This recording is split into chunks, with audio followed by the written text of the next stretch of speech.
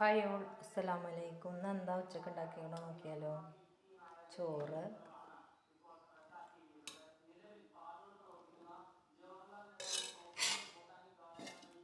കുമ്പളങ്ങയും പരിപ്പും കറി,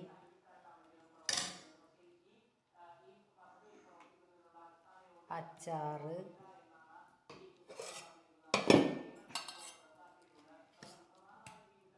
കായ ഉപ്പേരി ഉണ്ട്,